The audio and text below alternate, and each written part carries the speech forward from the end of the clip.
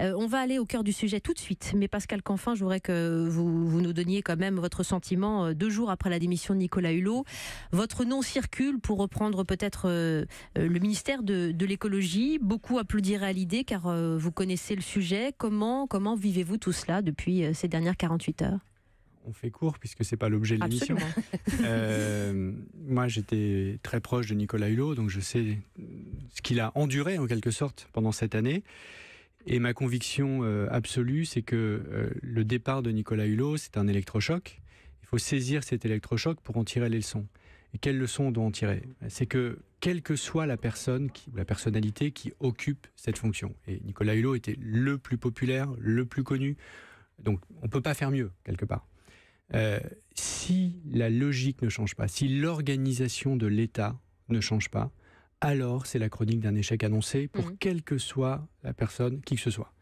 Donc là, la question est la balle est dans le camp d'Emmanuel Macron. C'est est-ce qu'il veut faire une transformation profonde de l'organisation de l'État, comme dans l'histoire récente, on en a vécu 2 autres qui peuvent être comparés.